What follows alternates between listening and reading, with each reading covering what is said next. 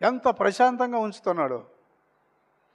కాబట్టి అంటున్నాడు, ముదిమి వచ్చు వరకు నిన్ను ఎత్తుకొని వాడను నేనే, తల వెంట్రుకలు నెరయ వరకు నిన్ను ఎప్పుడు వరకే? తల వెంట్రుకలు మేరీ వరకు నిన్ను ఎత్తుకొని వాడను. వా, ఎత్తుకునేటువంటి దేవుడు ఎవరున్నారండి? ఇప్పుడు అందరూ దేవుణ్ణి ఎత్తుకోవటమేగా. ఇప్పుడు మీరు ఎక్కడైనా చూడండి, దేవుణ్ణి ఎత్తుకుని తిరిగి ఊరేగిస్తారు కదా.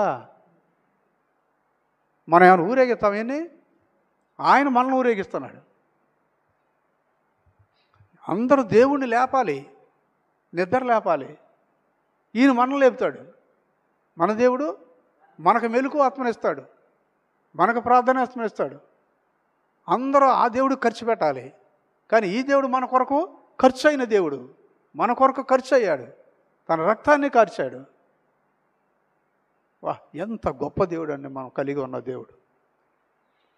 కాబట్టి అంటున్నాడు, వెంట్రుకలు నెరియ వరకు నేను ఎత్తుకొని వాడను నేనే, నేనే చేసి ఉన్నాను, సంక పెట్టుకొని వాడను నేనే. ఎన్నిసార్లు అన్నారు చూడండి, సంక పెట్టుకుంటున్నాను, ఎత్తుకుంటున్నాను, నిన్ను ఎత్తుకొనుసు రక్షించు వాడను నేనే. నిన్ను ఎత్తుకొని మళ్ళీ ఎత్తుకొని రక్షించటం.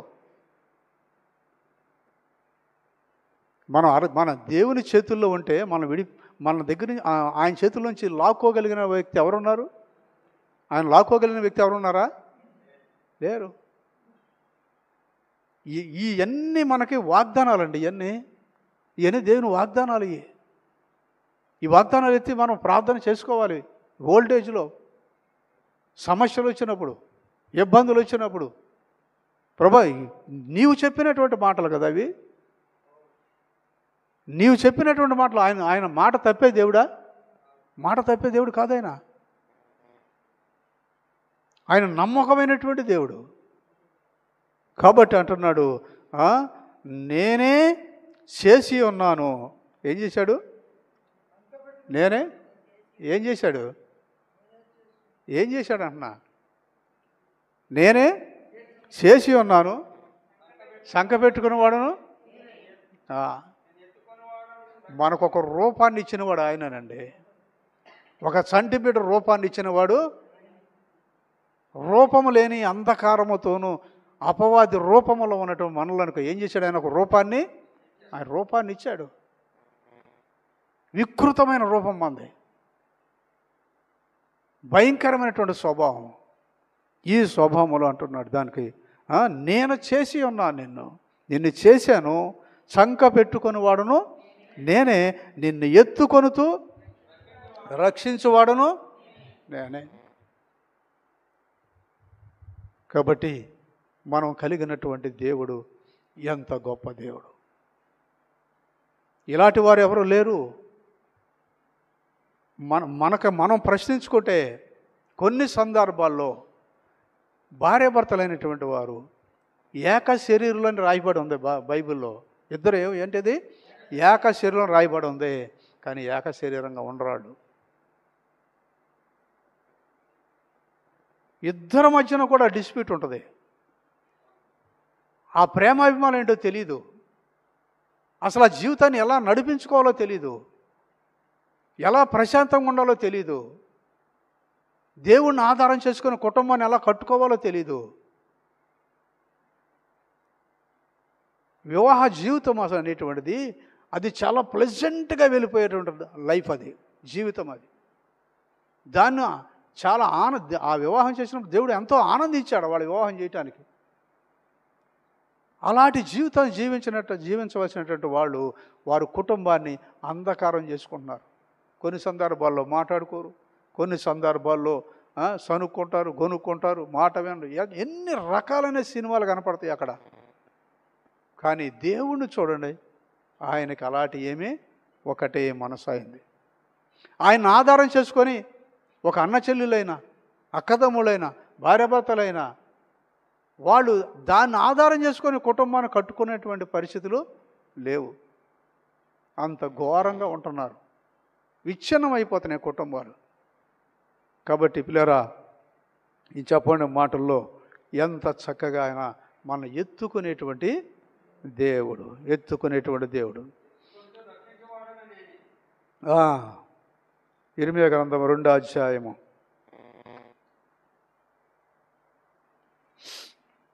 32వ వచనాన్ని. కన్యక తన ఆభరణములను మరుచున, పెండ్లు కుమారి తన వడ్డాణమును మరుచున, నా ప్రజలు లెక్కలేనన్ని దినములు నన్ను మరిచి ఉన్నారు. ఎవరు మరిచారండి? మనుషుడు మరిచాడా? దేవుడు మర్చిపోయాడా? మనం మర్చిపోయామా? దేవుడు మర్చిపోయాడు మనల్ని. ఏమన్నాడు? కన్య తన ఆభరణములను మరుచునా. ఏమంటే బంగారం అంటే ఎంత ఇష్టం అనేది తెలియదు. మంచిదే కదా. దేవుడు దాన్ని భూమిలో, ఈ భూమి దాన్ని ఒక ఖనిజంగా దాన్ని ఒక విలువైనటువంటి దానిగా దాన్ని సృష్టించాడు. దానికి కొన్ని వాల్యూస్ ఉన్నాయి. బంగారానికి దేనికి లేనంత గొప్ప వాల్యూస్ దానికి ఉన్నాయి. ఈ కన్యక తన ఆభరణం మర్చిపోతుందా? పెళ్లి కుమారు తన వడ్డాణమును మరుసన. ఏం చూసుకున్నాడు పెళ్లి తిరిగినప్పుడు? ఇక్కడ పెళ్లి గురించి మాట్లాడుతున్నాడు. పెళ్లికి సిద్ధపడుతున్నప్పుడు గబగబ మామూలు వస్త్రాలు వేసుకుని వెళ్ళిపోతారా? వెళ్ళిపోరు కదా. డ్రెస్ వేసుకున్న తర్వాత దాన్ని ధరించడానికి కంపల్సరిగా ఆభరణాలు ధరించి వెళ్తారు.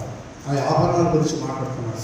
మీరు ఈలోక సంబంధమైనటువంటి ఆభరణాల గురించి మీరు మర్చిపోరు. వాటిని మర్చిపోరు కదా. వాటిని మీ గురించి వాళ్ళు మరుస్తారు. మీరు మర్చిపోయి నన్ను మర్చిపోరు. మరి అదేమో మీకు విలువైంది. ఈ లోకంలో ఉన్నటువంటి ఒక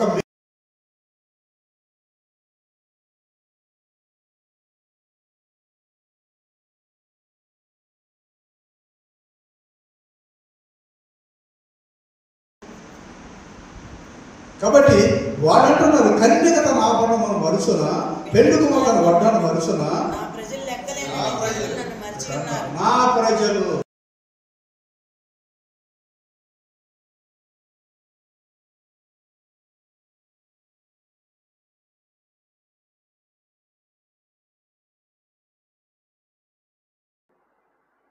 నువ్వు అలసిపోతే దేవుణ్ణి మర్చిపోతావు. నీకు తిండి ఎక్కువైతే నిద్రపోయి దేవుని మర్చిపోతావు. నీకు శ్రమ వస్తే దేవుని నాకు ఎందుకు పెట్టాడని మర్చిపోతావు. నువ్వు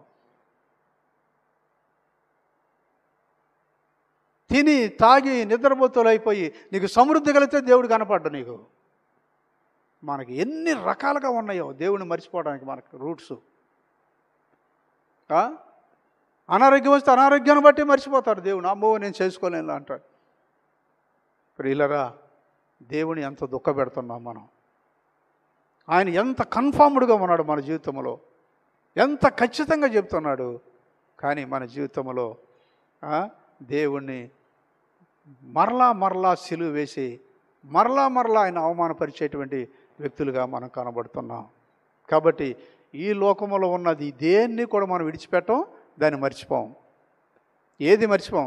వెండి బంగారం గురించి ఒకటి మాట్లాడాడు.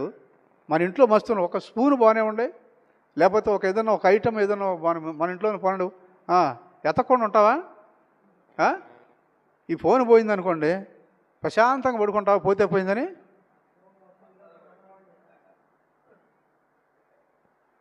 ఎందుకు పనికిరానటువంటిది ఈ ఫోన్ మనల్ని చెడగొట్టే ఇటు ఫోన్ పోతేనే అంత కలవరం అయిపోతుంది, అంత తొందర అయిపోతుంది కదా.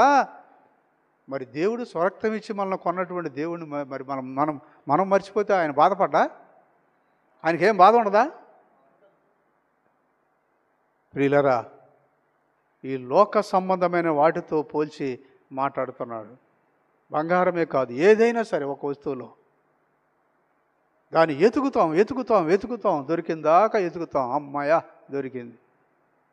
ఆయన అదే చెప్పాడు కదా, వెతుకుడు నీకు దొరుకును అన్నాడు. ఏం వెతకాలి? ఆయన వెతకాలి. ఆయన నన్ను వెతకమని అంటున్నాడు. ఇది వెతుకుతాం కానీ దాన్ని వెతకం. ప్రియులరా, మన జీవితంలో ఎంత వెనకబడిపోయినాము అనుకుంటున్నాం, భక్తిలో ఉన్నాం అనుకుంటున్నా కానీ తన బిడ్డకు పోల్చి మాట్లాడాడు అక్కడ. వాళ్ళు మర్చిపోతారేమో అన్నాడు. ఇక్కడ ఆభరణాన్ని పోల్చి మర్చిపోతున్నాడు. ఇక్కడ నిన్ను మిమ్మల్ని ఎలా నేను మర్చిపోని ఎత్తుకుంటాననే సంగతి అనేక సందర్భాలు దాన్ని మాట్లాడుతూ వస్తున్నాడు. కాబట్టి కన్యక తన ఆభరణమును మరుచున, పెండ్లి కుమారి మరుచున. ఇక్కడ ఈ ఆభరణము, పెండ్లి కుమారి అనేటువంటిది ఇది దేనికి గుర్తు? దేనికి గుర్తు ఇది? విశ్వాసి గుర్తు. పెండ్లి కుమారి ఎవరు? పెండ్లి కుమారి అంటే ఎవరు? విశ్వాసి అంటే సంఘము. సంఘములు ఎవరు ఉంటారు? విశ్వాసులు ఉంటారు. సో పెండ్లి మనం ఏం చేసుకోబోతున్నాం? మన వివాహం జరగబోతుంది. ఎవరితో జరగబోతుంది? యేసుక్రీస్తు జరగబోతుంది. యేసుక్రీస్తు మన వివాహం జరగబోతుంది. మనం పురుషులైనా స్త్రీలైనా మనం ఇక్కడికి వచ్చేసరికి కుమారి కదా. ఇక్కడ కుమారి అని అన్నాడు. కుమారి అంటే ఏంటి? నేను మామూలుగా అడుగుతున్నా. కుమారి అంటే ఎవరిని అంటారు? స్త్రీ అంటారు. అందరూ స్త్రీలు అంటారు. పిల్లలందరూ అందరూ స్త్రీలు అంటారు. కుమారి అంటే కన్యక. కన్యక అని ఏమంటారు? అది దాని ఒరిజినల్ మీనింగ్ ఏంటంటే కుమారి ఎవరు అంటారంటే అంటే పెండ్లి కాని అమ్మాయి, పాపము లేని అమ్మాయి. మనల్ని దేవుడు ఏం చేశాడు?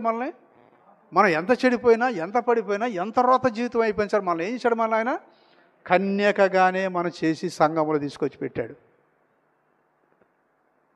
అవి అయిపోయినాయి, పాత సీన్లు అయిపోయినాయి. ఇక న్యూ బర్త్. నీ ఒక చిన్న పిల్లవాడితో సమానం. మనం ఎప్పుడు రక్షణ పొందామో మనం ఏమవుతున్నాం? మనం కన్యక, చిన్న పిల్ల, పాపం ఎరుగని పిల్ల. అలాంటి వ్యక్తులుగా దేవుడు మనల్ని చేసి ఆయన వివాహం చేసుకోవాలని వస్తే నీవు ఇక్కడ ఏం చేస్తున్నావు? ఇక్కడ కన్యక తన ఆభరణమును మరుచున, పెండ్లి కుమారి తన వడ్డణమును మరుచున, నా ప్రజలు. చూసారా? నీవు దాన్ని జ్ఞాపకం చేసుకుంటున్నావు కానీ నన్ను మర్చిపోతున్నావు ఏంటి?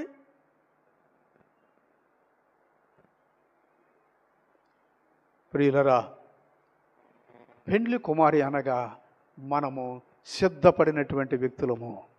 దేవుని కొరకు పెండ్లి కుమార్తెగా మనం సిద్ధపడవలసినటువంటి వారము. ఈ లోకం